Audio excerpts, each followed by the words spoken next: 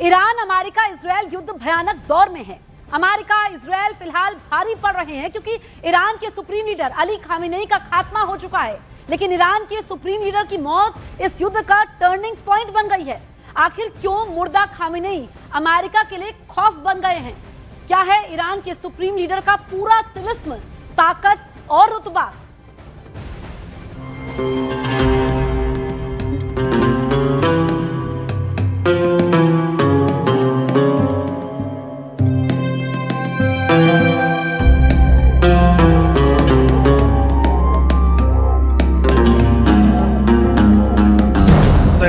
साल पहले ईरान ने जब इस्लामिक क्रांति की करवट ली, तब गुलजार साहब ने उसे कुछ यूं बयां किया। वो जो ईरान से आई है खबर मत पूछो, क्या खबर है कि खयाम ने जाम छोड़ दिया।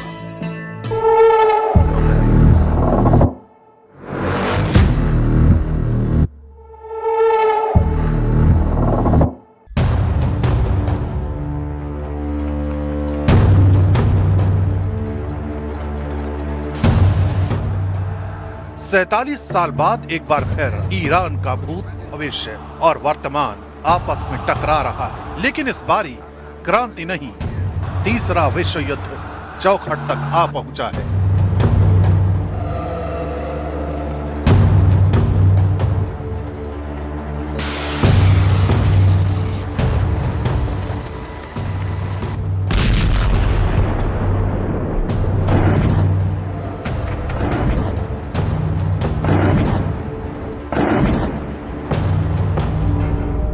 क्योंकि ईरान से अब जो खबरें आ रही हैं, वो इतनी भयानक हैं कि उन्हें बयां करना शायद किसी के बस में हो। ईरान अब वर्ल्ड वॉर का एपिसेंटर बन गया। ईरान खाड़ी में परमाणु युद्ध की वजह बन गया है।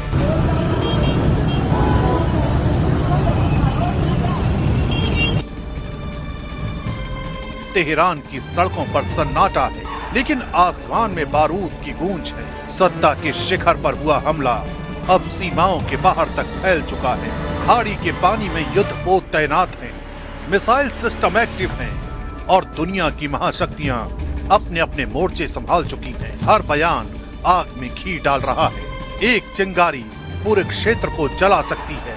सवाल सिर्फ ईरान का नहीं रहा, अब दांव पर वैश्विक संतुलन है और दुनिया सांस रोककर अगला विस्फोट देख रही है।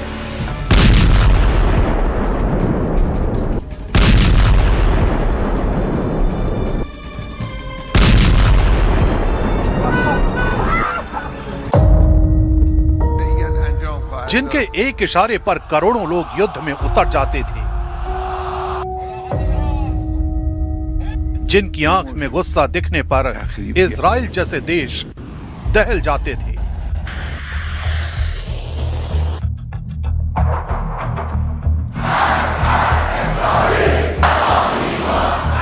जिन्हें ट्रंप की दादागिरी मंजूर नहीं थी, जिन्हें अरब वर्ल्ड से उम्मीद नहीं थी, ऐसे लीडर जिन्हें अमेरिका किंग ऑफ डेथ का नाम देने पर मजबूर हुआ।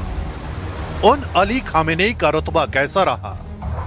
खामेनेई की कट्टर सल्तनत कैसी थी? कैसा तिलिस्म था ईरान के इस करिश्माई लीडर का?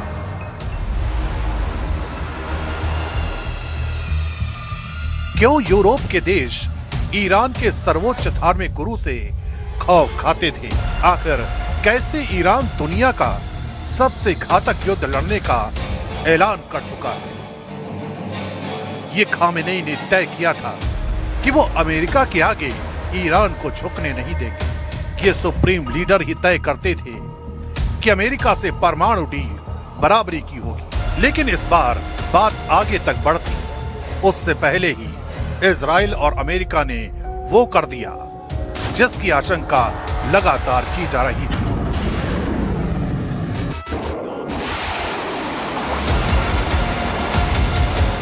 To the members of the Islamic Revolutionary Guard, the armed forces, and all of the police, I say tonight that you must lay down your weapons and have complete immunity, or in the alternative, face certain death. America जो कहता है वो करता है। America बड़ा बेरहम है। America दुश्मन का क्या हश्र करता है, कोई वेनेजुएला के पूर्व राष्ट्रपति निकोलस मादुरो से पूछे।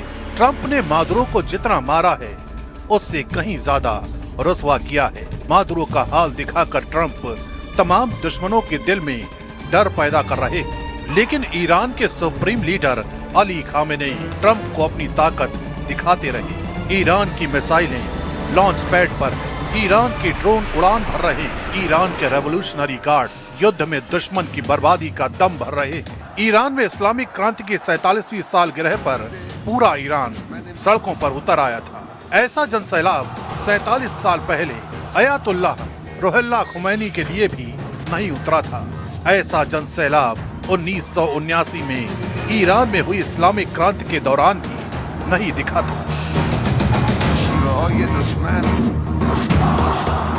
जब अमेरिका में ट्रंप और नेतन्याहू की मीटिंग चल रही थी, जब अरब सागर में अमेरिका के जंगी बेड़े हमले के लिए पूरी तरह तैयार थे, तब 87 साल के ईरान के सर्वोच्च नेता अली खामेनेई दिखा रहे थे कि वो तैयार हैं और उनके साथ अमेरिका और इजराइल से लड़ने के लिए पूरा ईरान साथ है। 1979 में हुई क्रांति के 47 साल बाद भी ईरान अमेरिका को ललकार रहा है। तेहरान का मैदान आजादी, इसे आजादी स्क्वायर कहा जाता है। वहाँ पर ईरान की सेना ने अपनी मिसाइलें उतारी। शाहिद, अबाबी और कर्रार जैसे ड्रोन भी वहाँ दिखाए गए। मैसेज साफ था कि ईरान हर चुनौती से निपटने के लिए तैयार है।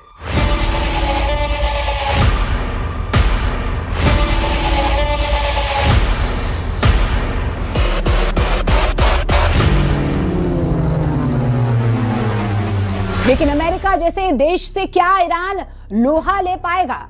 युद्ध में अकेले ईरान सुपर पावर के लिए आसान शिकार तो नहीं। ईरान के पास ना अमेरिका जैसे जंगी जेट हैं, ना ही सुपर पावर जैसे बम वर्षक हैं, ना ईरान के पास आधिकारिक तौर पर सबसे विनाशकारी परमाणु हथियार हैं। तो फिर किस बात पर ईरान इतना अकड़ दिखा रहा है? ईरान के पास कामिकाज़े ड्रोन का भंडार है जिनसे बचना आसान नहीं। ईरान के पास एंटी शिप क्रूज के अंडरग्राउंड अड्डे हैं जिनसे अमेरिका अनजान है। ईरान के पास फास्ट बोट है जो ऐसी मिसाइलों से लैस हैं जिनसे अमेरिका की जंगी फ्लीट को खत्म किया जा सकता है।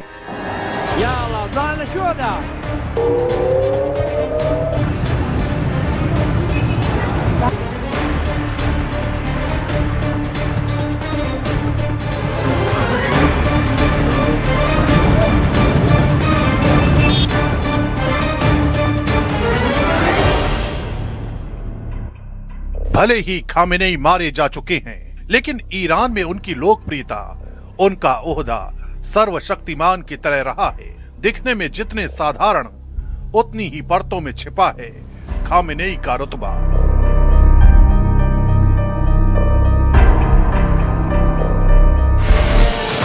उनकी शख्सियत, सफेद दाढ़ी, सिर पर काली टोपी, आंखों पर पतला मेटल फुल रिम फ्रेम के चश्मे से नहीं आंकी जा सकती। खामेनेई के दाहिने हाथ को लकवा मार गया था। उन्हें दाहिने कान से सुनाई नहीं देता था। बिना किसी सहारे के वो चल नहीं पाते थे। मगर 87 साल के अली खामेनेई जब बोलते थे तो दुश्मनों के लिए जहर उगलते थे। अमेरिका और इजराइल उनकी नजर में क्या थे वो भी जान ली। ट्रंप के अमेरिका को खामेनेई बड़ा शैतान और नेतन्याहू के इजराइल को छोटा शैतान कहते थे। इजराइल को खामेनेई कैंसर का ट्यूमर बताते थे जिसे धरती से मिटाने की धमकी वो कई बार सरेआम दे चुके थे। शिया उलेमा के लिबास में दिखने वाले अली खामेनेई की असल शख्सियत क्या थी? उनके तेज दिमाग और बेबाक जुबान से दुश्मन क्यों खौफ खाते थे? अली खामेनेई के लिबास में क्या कोई तिलिस्म था? क्यों ईरान में उन पर आंख मूंद कर भरोसा किया जाता था? खामेनेई के सिर पर सजने वाली काली टोपी को अमामा कहा जाता है। काले रंग का ये अमामा सैयद उलेमा की पहचान है क्योंकि इसे पैगंबर के वंशजों की निशानी माना जाता है। खामेनेई काले लिबास के ऊपर जिस चोगे को पहनते थे उसे अबा कहते हैं। खामेनेई के अबा के अंदर जिन गाउन को पहनते थे उसे कबा या रिदा कहते हैं। इसके नीचे सुप्रीम लीडर जो लंबी कमीज पहनते थे उसे सौब का नाम दिया जाता था। इसके अलावा अली खामनेई की वेशभूषा में सिर्फ एक खास बात थी, वो थी उनके बाएं हाथ में दिखने वाली अंगूठी, जो शिया मुस्लिम इमामों में आकीक या फिरोजा रत्नों से बनी अंगूठी पहनने की परंपरा की वजह से थी। खामेनेई जब तक जिंदा रहे अमेरिका से लड़ते रहे, उन्हें अमेरिका के सामने झुकना मंजूर नहीं था।